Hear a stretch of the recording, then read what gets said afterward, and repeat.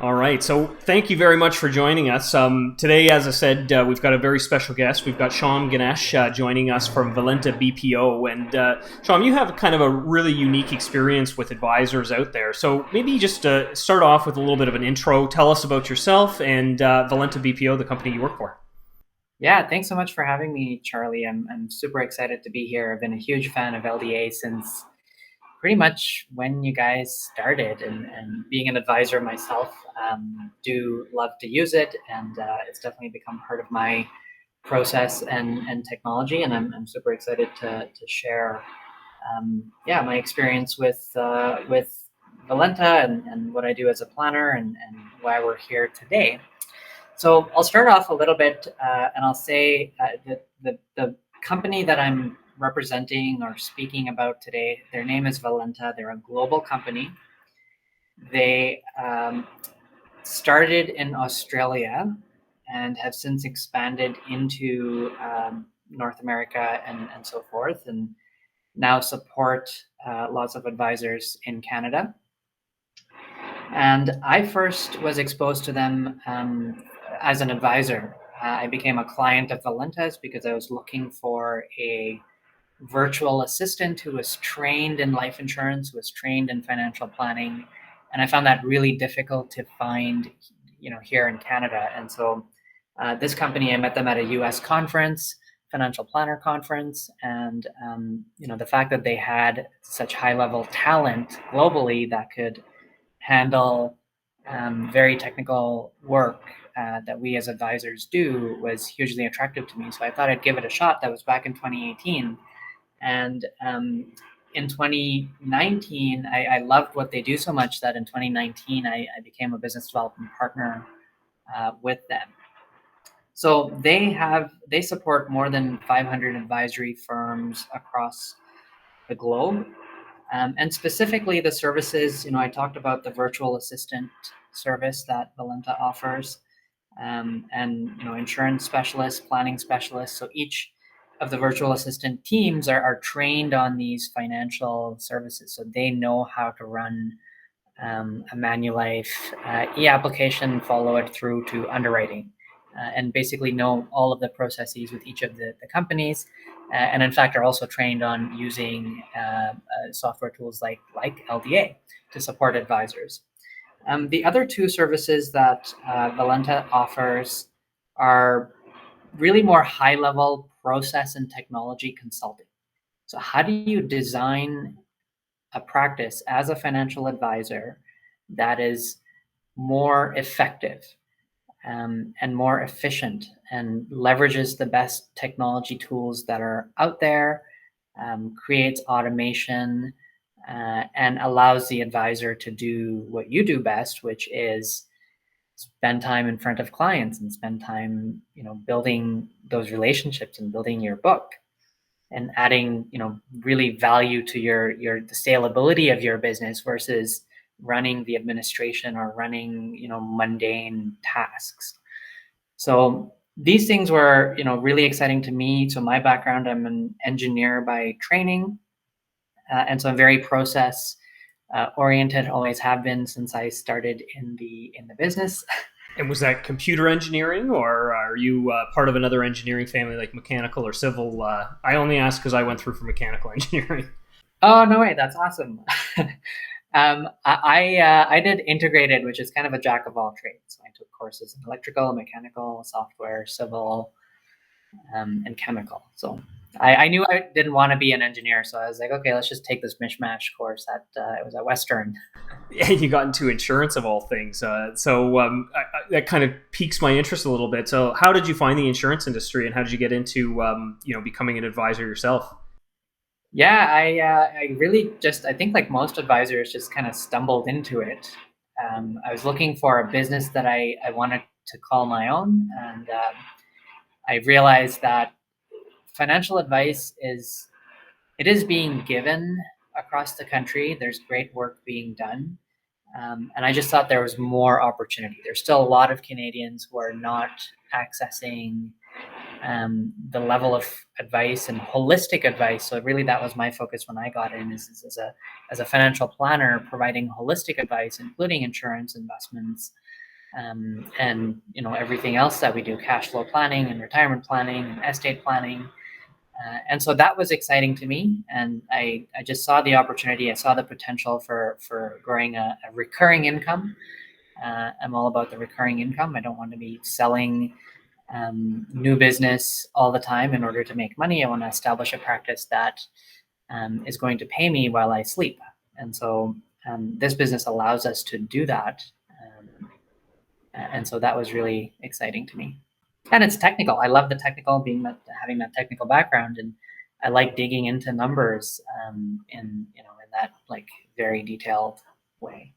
And then so fast forward, obviously you've had some success to the point where you need to outsource some of the services and get some of the automation. So you meet Valenta. Would you say you represent sort of the typical client that someone that, who would use Valenta, or what sort of profile of advisor would you see typically kind of leverage you for your service or come out and say, having challenges with digital transformation? Would they be, newer advisors? Are they older established advisors? What did that look like for you guys? Yeah, I think we service a range. Like we have advisors who have been in the business for 30 years, and we have advisors who've been in the business for 2 years. Really, yeah, my story, I love sharing it because I was struggling so much before I had a virtual assistant with Valenta, because you get into the business, you want to do, good work, and all of a sudden you get inundated with paperwork and administrative work that really, was not bringing me revenue. And so I think any advisor, any stage where they are still doing the things that don't get them new business or that don't increase their technical knowledge and their ability to serve clients, and it's just part of the process that you can pay somebody $20 an hour to do. If an advisor is doing that, then they need to talk to a company like Valenta. And the reason I like Valenta too is because it allows an advisor to get an assistant at a much lower price point because of the global nature and the virtual nature of the assistants. And so you don't have to wait until, like, typically an advisor might wait until they have two, three, four, $500,000 a year of revenue before they make their first hire. And to me, that's crazy, because all along, like, you're doing your own paperwork. Like, that's terrible use of an advisor's time.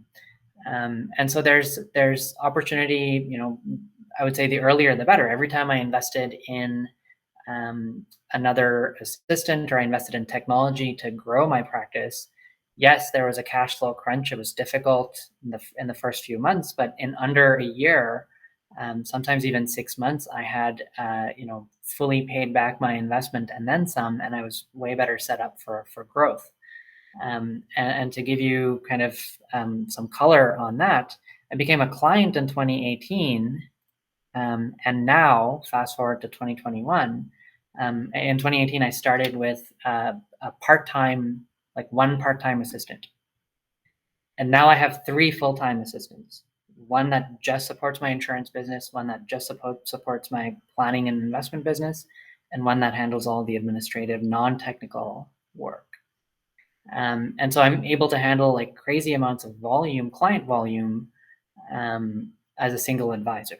And so, and we have clients that have been in the business for 30 years who are like really established, strong advisors that just, again, they're also looking to delegate more and to create, leverage a lot of the newer technology tools, right, that weren't there 20 years ago.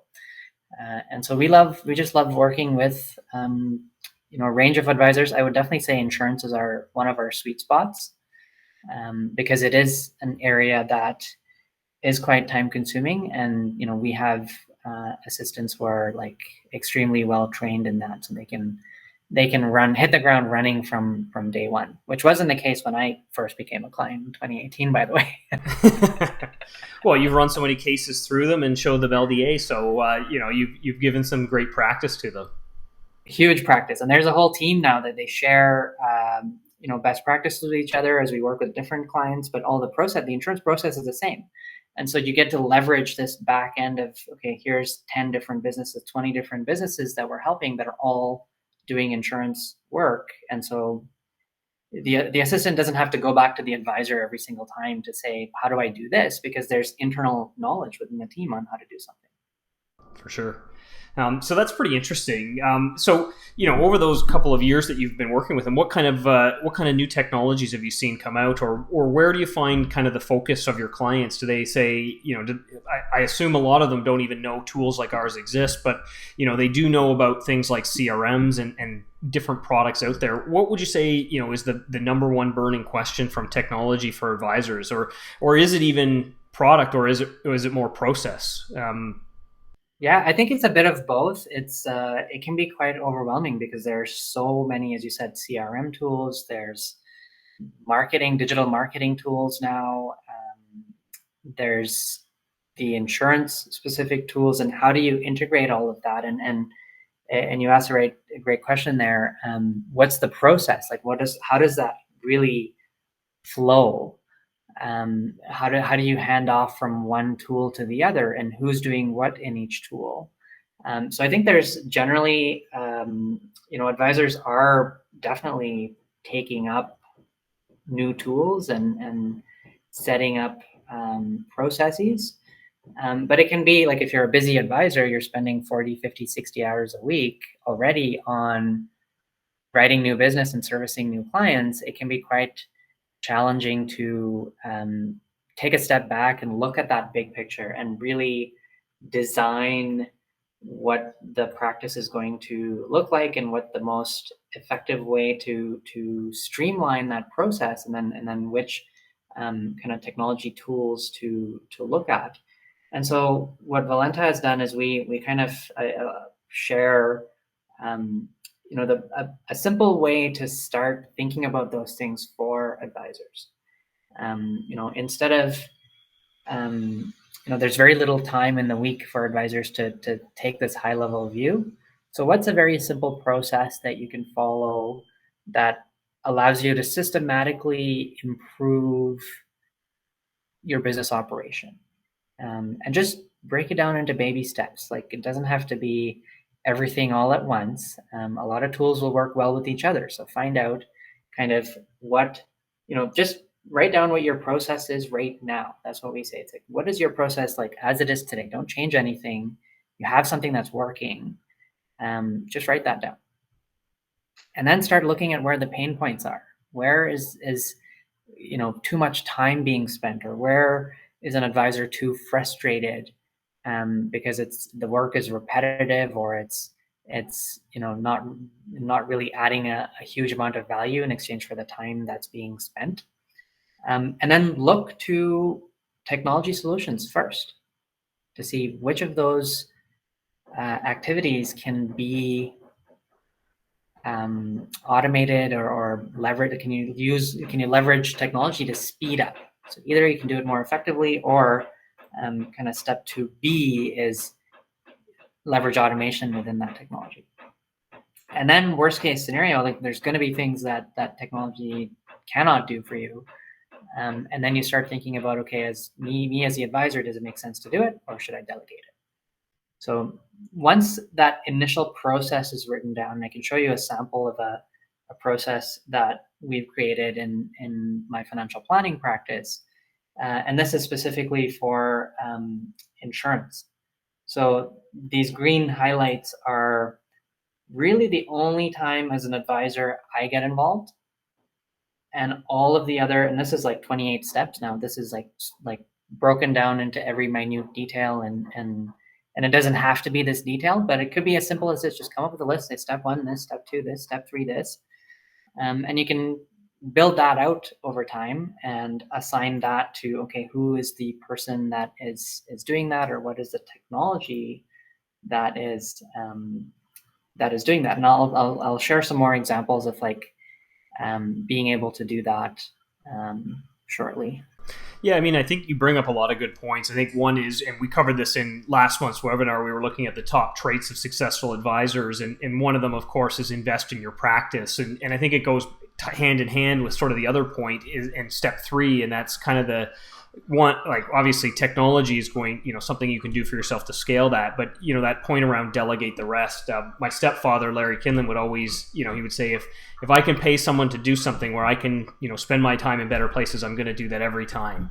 And even if it was things like shoveling the laneway, he'd say, if you could spend your time doing something else, you're going to make more than that guy shoveling the laneway for you, and so you should make that choice every single time.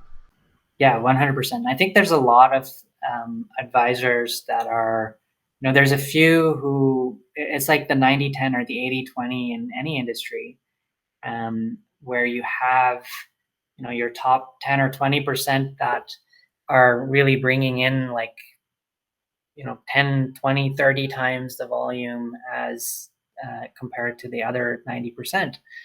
And I really don't think it needs to be that way, right? Like, yes, it is that way. It's fact. But I think advisors who are stuck at a certain point, there is a way to break through, and it's maybe not even that challenging. It just requires a little bit of a leap of faith, or taking a little bit of risk, or taking a little bit of a bolder move to get outside of the comfort zone and do something that isn't what's traditional, or what everyone is doing. But as you said, what are the more successful advisors doing? The more successful advisor, someone who makes $500,000 a year, $1 million a year, isn't doing that $15 or $30 hour task. Like, that's just not like. Yeah, and they've nailed their process, right? They are the early adopters who invest in tweaking little elements, but overall the framework is established of, I've got these steps, but when I get the pain points, how am I going to work through them? Exactly. So one of the interesting things I see on there is the past versus now, and I'm kind of curious, if the past could even be pre-COVID versus post-COVID, because of how much sort of the digital evolution in our industry has changed. When you have past versus now, are you thinking kind of old school 20 years ago, or is this a modern past versus now, pre to post-COVID? What have you seen, either from more people taking up your services or demands changing for the service? As COVID has changed, are more people asking about meet tools? What should I be using? Zoom, Google Meets? Like, how is that kind of, how has COVID really changed what you guys do, and kind of the nature of the business there? Yeah, I think COVID's definitely accelerated two things. One is the uptake from insurance companies on what they are doing, or what they're open to, even just with electronic signatures and accepting DocuSign. Like, I remember when I started in the industry, it was so frustrating. It was 2013. It wasn't that long ago. And being a millennial, was like, why don't we have this? And why don't we have this? And so for me, it felt intuitive that we should have it, but I was just shocked at how long it took for insurers to actually come around. And I really do think the life insurance industry was a late adopter. But I wouldn't say that advisors as a whole have been late adopters, because a lot of advisors I know have been using technology for a while, using it very effectively. So I think it's COVID's definitely accelerated what insurers have done, and I think it's also forced advisors to start doing those virtual meetings more. And I think previous to that, it was more of a question of like a doubt of whether like virtual meetings could be effective. Because obviously in-person meetings are effective, and they were working. So there's no reason for a lot of advisors to try and do something differently. And I think what COVID showed was that not only can it be done, but it's also, sometimes more effective, from a business process point of view, and equally effective as far as getting actual business done. So COVID's definitely accelerated adoption at many levels, but we didn't really have a technology revolution during COVID. Like, all of this technology has existed. Like, nothing has been newly introduced. It's just more the adoption. And I guess that comes back, and we can talk about it more in that kind of process flow. I touched on it a little bit before, but we often think about there's kind of the hook. Iranal has this great book called Hooked, and basically he talks about process. So you may want our services at LDA, and you like everything that we do, but if you don't implement it in your workflow, how are you going to get there? And so I often wonder, is that the hardest part? Is it, changing our trigger for when I think insurance, I'm immediately going to go load up LDA, and that's going to be my process. And it's sort of, working with, is that the challenge to teach an old dog new tricks, or is it, is there actually a barrier in terms of technology there? Yeah, I don't think the barrier is technology. I mean, the barrier is learning that technology, and you're absolutely right. Like figuring out and having a clear understanding of where does that fit in the process. You have a client, and then it's even a bit higher level in terms of like how does an advisor work with a client? Is it client comes in and they can come into life insurance, or they can come in for disability, or they can come in for permanent, or they can come in for planning? Like, do you have all of these different streams where a client can come in, or do you have one stream that clients can come into? And then if you have different streams, like, do you have a process for moving those clients into those other streams? And what do those meetings actually look like? Or is it ad hoc? Is it, okay, I'm talking to this client, and for this client, the process is this. And now I'm talking to another client, and for that client, the process is different. And so unless there's that defined process, I think we risk losing opportunities, because we may have had a client come in for term life insurance, maybe we never brought disability insurance to their attention. And so having that process, it opens up, it makes sure we don't lose out on opportunities, but also gives us clarity on, okay, where exactly does a particular software tool like LDA fall? Like in which parts does it fall, and who does it, and is it client facing? Like, am I going to show this to the client? Because it's an interactive tool, right? So some tools are back office, some tools are also front facing. And so it is, yeah, I think they go hand in hand, and really, like, the worst way to do this is to try and figure everything out before getting started. And the best way to do it is to get started, but to have some time set aside for thinking about how that also fits into the process, because the last thing you want is another subscription, another cost that, like, isn't now actually getting used or generating revenue. Like, you want to make the most of it. So one, yeah, shelf. I like that. I love that. So out of these past versus now, where do you get kind of the most traction? We obviously we hear a lot about lead generation. It's a very hot topic with advisors. We have LDA lead gen and things like that. As a kind of a response to that, what would you say is that one of the top hot button items for advisors when they come to you? 100%. Every advisor is asking a question about, how do I generate more leads? Even if they already have a ton of leads, and if it's not automated, they're asking about, how do I automate this? Because I don't want to be doing the cold calling. I don't want to be doing the networking. Like, those are great ways of traditionally generating leads, getting the referrals, and asking for it manually, right? Like, there's lots of sales processes where you're asking for those leads of your existing clients, and you're doing it as part of the sales conversation, which is obviously very effective, but doesn't always get done, right?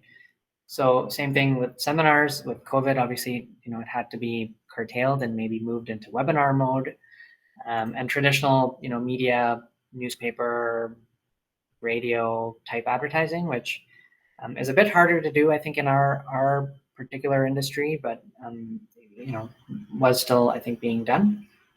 And the digital really just provides that opportunity to automate. And I love what LDA has done with the landing page, essentially for clients to go into and provide, run their own quotes, and the advisor gets that information. So it saves a lot of time to have a tool like that which can be used for not only lead generation, but also moving people right into the sales process. Yeah, absolutely. Yeah, we're always trying to move people down the sales funnel. Although, one of the challenges I think for advisors, they have to get people to that landing page. And I think, I don't know, maybe you can confirm this. You're probably closer to speaking to that side of things, but we kind of think of digital marketing as the Achilles heel a little bit for advisors, and it could be a shift because of COVID, which has made this this push to generating digital leads, right? As opposed to, we used to do a lot of activities and meet a lot of different new people. That may not have been the case over the last 2 years. So, it could be the impetus to say, like, okay, how do I get into this new ballpark of digital leads? And it seems like a scary world because, it's a whole different game in digital marketing, right? We have bid strategies, and there's lots of agencies out here who do this, but, setting the right message, setting the right budget and doing that kind of stuff, I think is one of those areas advisors should definitely work for, because it's sort of like the example that we gave even earlier of shoveling your own driveway. I mean,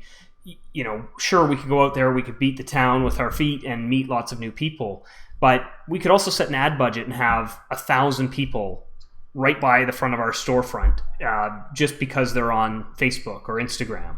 Yeah, 100%. Like the fact that you have these digital tools like Facebook and Google means you can target your leads. Like you can get you don't have to throw it out there and see kind of what sticks. You can actually target exactly who it is that you love working with, like whether that's a business owner or a retiree or pre-retiree. You can target by age, by demographic, by area. And so that really the digital way obviously has a lot of advantages, but you're right, it's much more technical, and it is it does take more effort to an investment to get into that game. And I've been really quite excited to see digital marketing agencies pop up across Ontario, Quebec, all across the country that specialize in generating leads for life insurance advisors. Like they have designed these funnels, and they either sell sell a lead, you can buy a lead for X dollars, or there's one that even teaches you, like they share their whole funnel with you and say, here's a toolbox if you want to create like all of here's the copy for an ad, here's the email nurturing campaign, because you don't want to be like calling them all the time. You have the ability to automate where you can ask for these referrals or educate them on why insurance is important, and move them back into the landing page if they went there but they didn't actually follow through on the process. Basically just get them excited about why they should buy insurance, or why they should work with you as in your financial planning or advisory process. But the thing that I would caution, like a lot of advisors are asking about lead gen.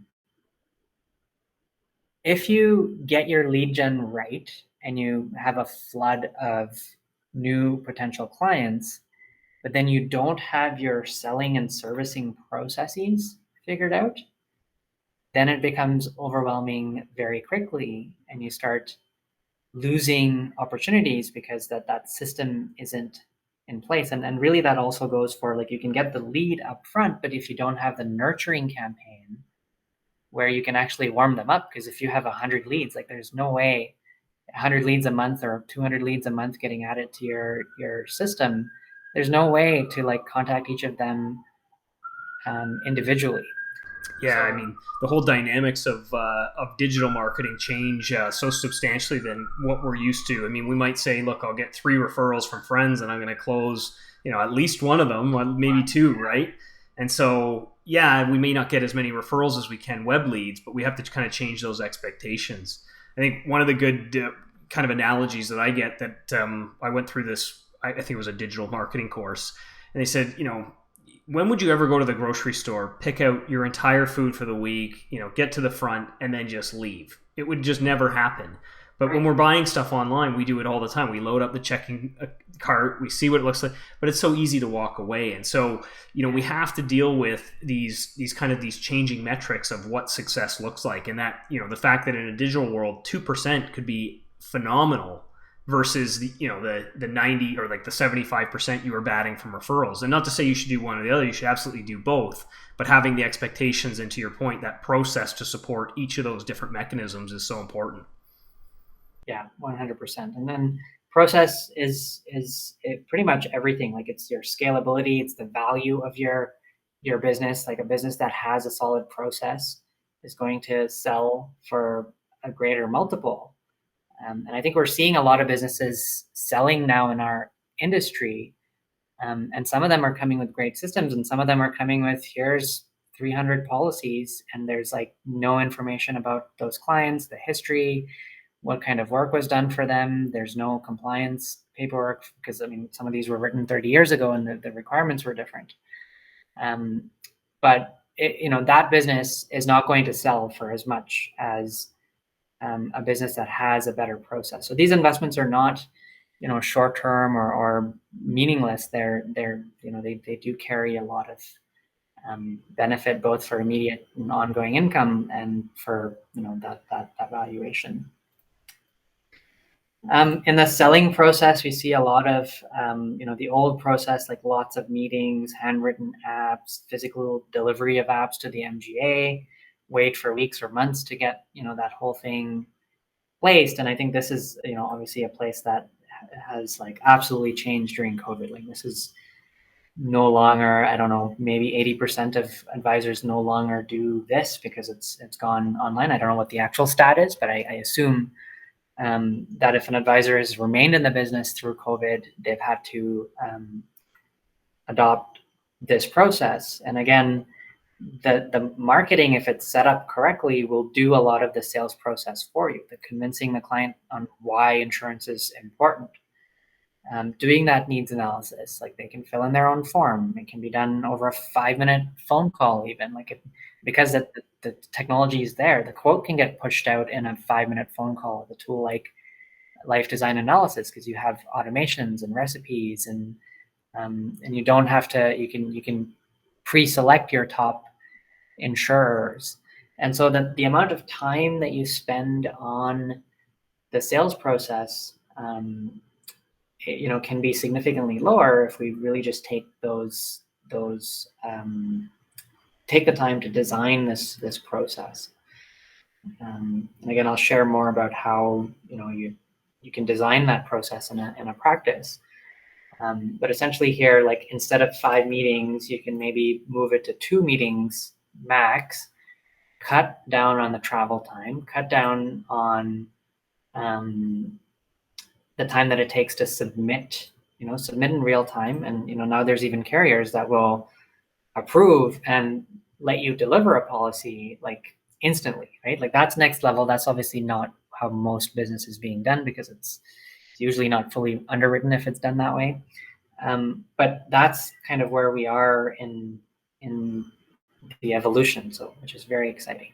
Yeah, I mean, I think it's certainly exciting times, and like one of the milestones we had obviously was the Empire eApp integration. I think with that one, if you do the electronic health questionnaire, you can have a policy in virtually 15 minutes. And thinking about kind of this flow here, that was it really is our vision come to realization to say that, hey, we'll put out some sort of marketing to push people to a landing page that will intrigue them to research their insurance options, and through there, LDA lead gen, they will give us all their contact information, their purpose, all of their assets, their liabilities, and we will be able to show them an education, not just, here's a survey of X number, a real, selection of quotes that match that purpose.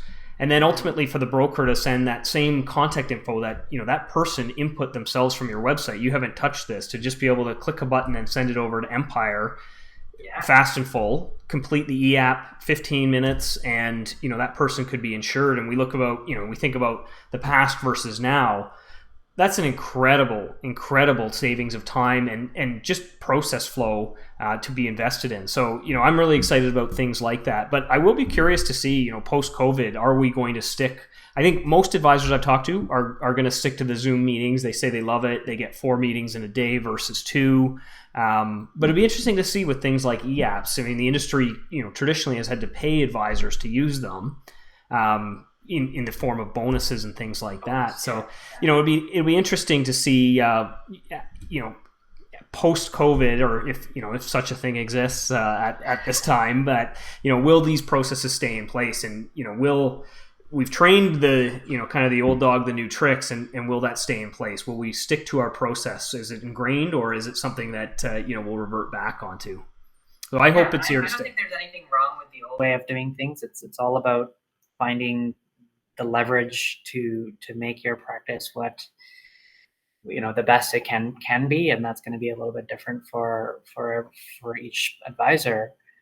But yeah, I do think like just the sheer numbers where you can meet more clients, or if you're not meeting more clients, you meet the same two whale clients that are going to pay for the year of your lifestyle expenses, but then you have free time, right? So driving around definitely has its pros because you have that relationship, but doing it virtually has its pros. So you're right. I do tend to talk to a lot of advisors who are excited about the opportunities, but there are people who are also still a bit skeptical and need to find what's going to work for them. But yeah, I'd be curious to see how that all gets done, for sure. And I think that kind of extends to the servicing process as well, right? Because currently we service by phone and email already a little bit.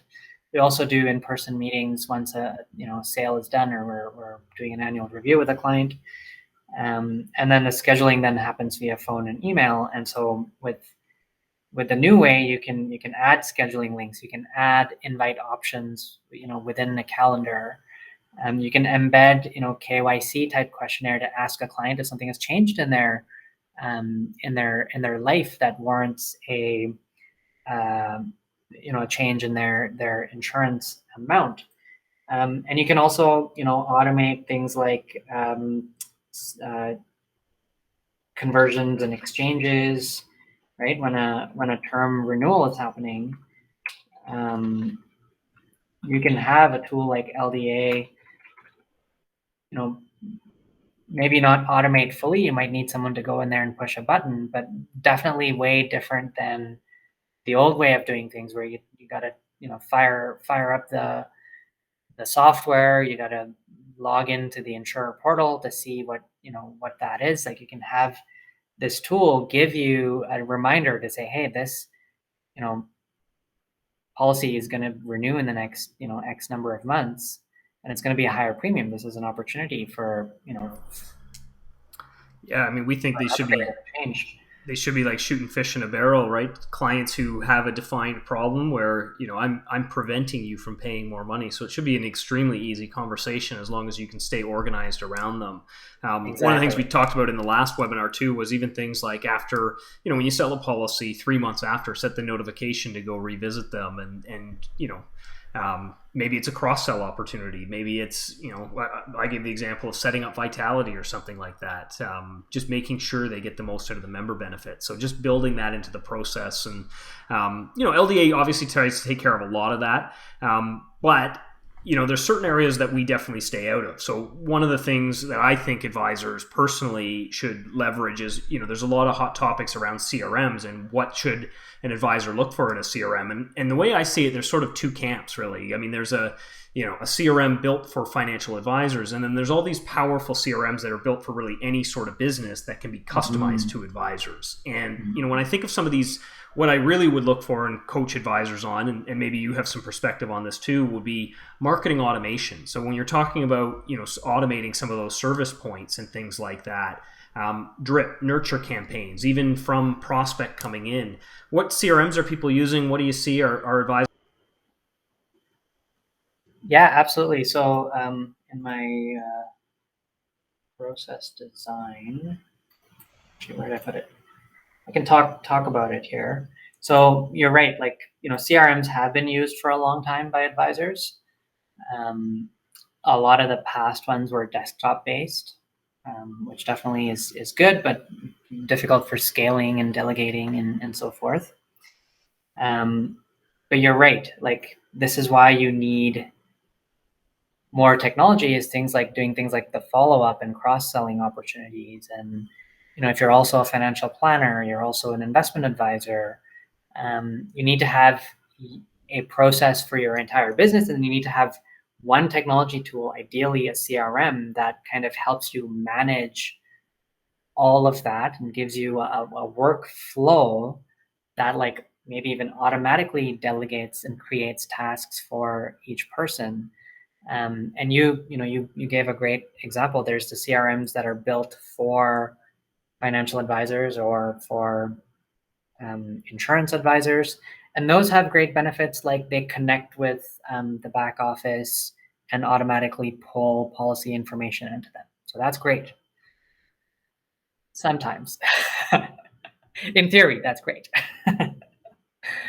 But and then you mentioned marketing automation, and so these tools may or may not have, because they're custom built for this industry, they may not have the expertise and the integration ability with outside marketing tools that are built for marketing. And they may not have the ability for you to customize your workflow in the way that you actually want your business operates. So I would say if an advisor is very product focused, so if insurance or investments are the thing that they do, and they don't really get into planning as much, which I think is getting harder and harder to like not get into planning, like we're getting forced into it. But in those cases, I think the custom financial advisor built tools like your Kronos, and Kronos has financial planning software as well. So that's actually maybe one of the exceptions, because Yeah, I'm you've thinking got more. I'd put them on the conventional side, right? They're an advisor sort of tool, but if you look for like marketing automation, you might not, you'd say, oh, that's not really the tool for me. I need more of a HubSpot or a Salesforce, and even Salesforce. I mean, again, Salesforce, it's an add-on. So, I think advisors, you have to be very selective. So, again, HubSpot's pretty expensive. Infusionsoft is a good one. Agile, is a neat one out there.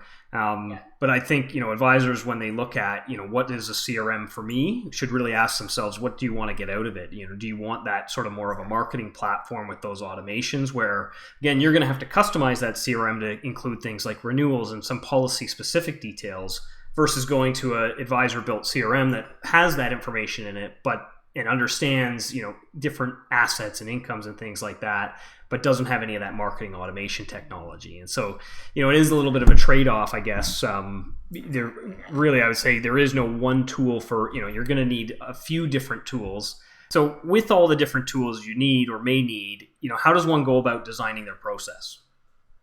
Yeah, 100%. So once you get to the recognizing that, okay, there are going to be tools that are required, and there is going to be a process that needs to be designed, so that it's consistent across across different clients. So it's not ad hoc from client to client, and it's very clear what that process is going to look like. Then the first step is just to write down what it is that you're currently doing. And then it's to start looking at what are the options. So what are all the options out there that can be part of the process? So for example, if you're looking at the needs analysis portion, so break it down into small chunks, and you're just looking at the needs analysis portion of an insurance practice, well, you have lots of options on how you go about doing that. Everything from a worksheet or spreadsheet that you've created to using insurer softwares, third-party softwares like LDA that do a great job of needs analysis for life and critical illness. You have planning tools that have needs analysis built in. And you can even build it into your own CRM, right? So think about what level and what would make sense for your current process, or how are you doing it right now? You're using a spreadsheet. Is it working? Or could you adopt a tool that would help you do it faster, more effectively, that would generate a prettier report for you to share with your clients, and so forth. So really just think about and design that process. And this is one snapshot of, needs analysis. If you looked at another process, for example, like quoting, again, we look at the ability to do it with insurer software, the ability to do it with third-party tools, and the ability to compare with your own spreadsheet. And I used to do that, right? I used to create a spreadsheet with T10 versus T20 before there were tools. And you can go illustrate that directly in the insurer software, right? Like if you need additional features, riders, if it's a permanent product, you're always going to have to go back to that insurer software to grab something. And then being able to, again, present it is different than just comparing, analyzing, illustrating. And so what you can see commonality here, right, as you start building out this process, is you can see that, okay, maybe there's a single tool that can do multiple steps, right? So when you start curating your technology, that's part of looking at your options. You're looking for tools that are visual. You're looking for tools that can be interactive, because now you can be behind the scenes, but also you can share screen, show it to a client. You can send a link to a client that lets them see and interact with the data, right? You're looking for tools that have good integrations, exactly what we were talking about. Like you want it to be able to integrate into your whole practice, your CRM, your marketing solutions, right? And the more integration there. Good time to mention our Life Guide integration as well. And just so those of you who are listening for the first time are aware, LDA gives a Life Guide discount for Life Guide subscribers. So if you are using Life Guide and thinking about LDA, you do get a discount, 50% or up to the cost of your subscription. So just a good note on the topic of integrations. Yeah, absolutely.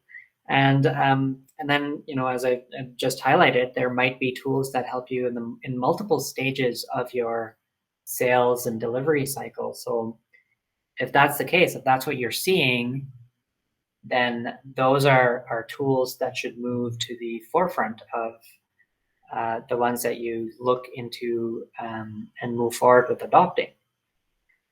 The other thing to look at with the technology is, does it have features that will allow automation, or is it you still have to be in there clicking a bunch of buttons all the time?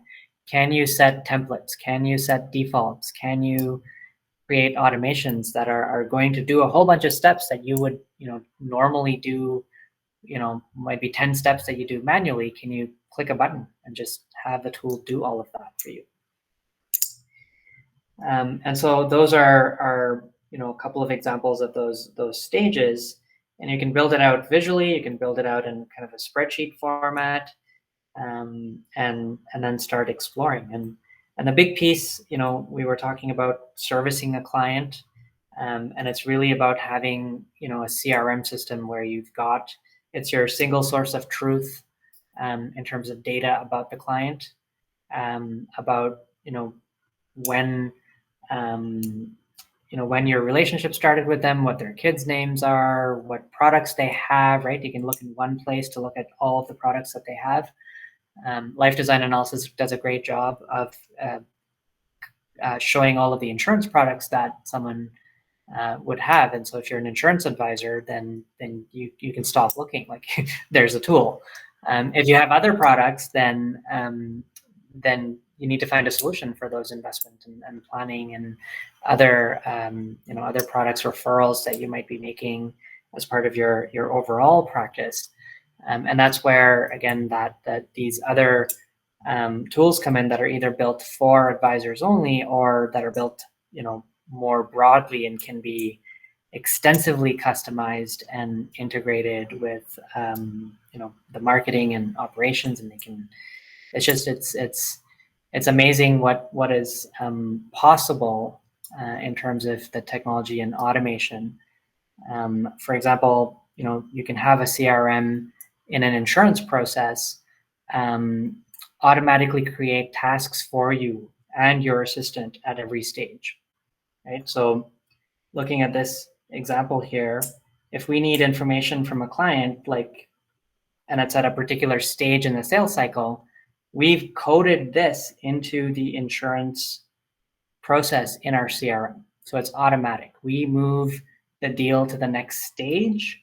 So if we move a deal into underwriting, the next steps are automatic. My assistant has to go in and check the portal on a weekly basis to see what progress there is and push it forward. And so that's where having a CRM that you can really control and you can design makes sense to look at and adopt. And Charlie mentioned a few great tools, so I want to add those here. So HubSpot, it's they do the marketing side as well, right? So a lot of these tools will also do the marketing, the Salesforce, the Zoho. What are some other ones you mentioned there, Charlie? Agile is a good one. It's sort of like I would call it I guess the term is a poor man's like HubSpot or poor man's Salesforce. It has marketing, sales automation, all that kind of stuff. A little bit more budget friendly. Even on the CRM side, I see a lot of stuff for Blue Mind out there as well, another Canadian company. So it seems like it's getting, it's an AI-based CRM, but advisors seem to have good feedback on it. So again, another tool that, you may want to look at. Giving all these financial, these other tech companies all this good press. Yeah, and they're all great tools, right? So it's one of the things that Valenta does is really help an advisor document this process and build out this process that's customized to their what's already working for them and what can you build around that.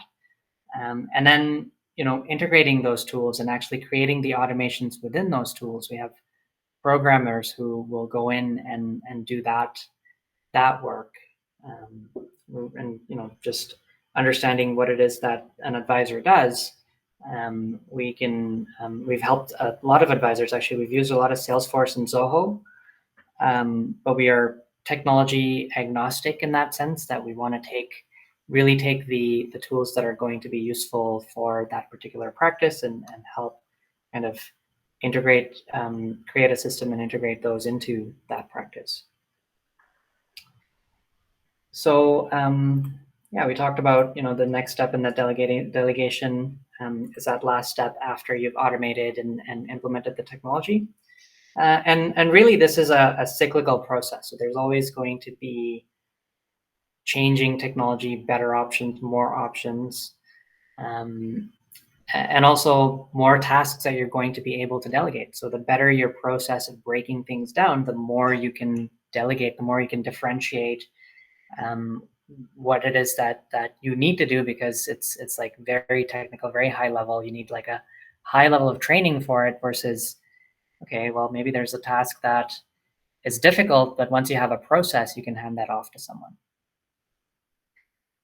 So yeah, I think that kind of brings us to the end of some of the material that I wanted to visually share here. And I think it's awesome that you have kind of the map out there. And again, I think for advisors, I'll put up your contact if they want to get in touch with you. But what are the steps? Let's say they want to, kind of pick your brain, or maybe they want a copy of that roadmap. Is that something that you guys provide, or how do people kind of get in touch with you and get a hold of you, or what's the best way to leverage your services?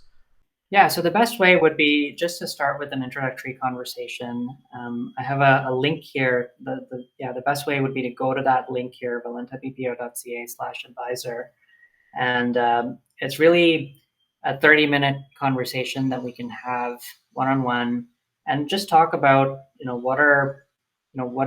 what's happening in your practice? What are some questions that you have? Is it around technology? Is it around process? Is it around lead generation?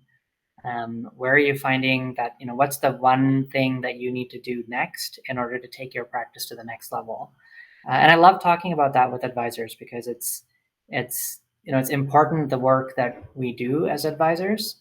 And because I get to talk to so many advisors and it's really about sharing best practices and learning from one another and connecting to other solutions. Like, if there's things that LDA does that's going to solve an advisor's problems, then I'll be the first to make that introduction, because let's build a community and move all of us forward. If it's something technology related, we can talk about that. That's something that Valenta does in-house. If it's delegation that's required because the advisor is spending way too much time on admin, then let's do a deep dive of that, and let's see what the one thing is that you need to get off your plate in order to again have more time to work with clients. So valentabpo.ca/advisor. So that's the best place to go.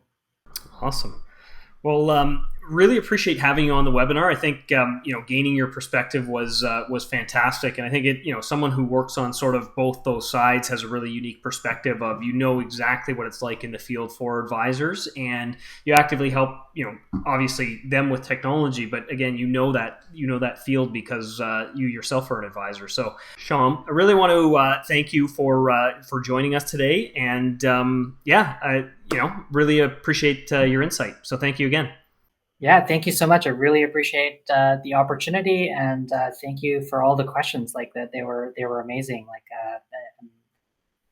I think advisors can learn a lot from reaching out to LDA. Well, sounds great. Well, next time you get to put me on the hot seat on the podcast. So take care, and we'll talk soon. And I think we're going to open it up for Q&A if you do have any questions for us. Thanks so much.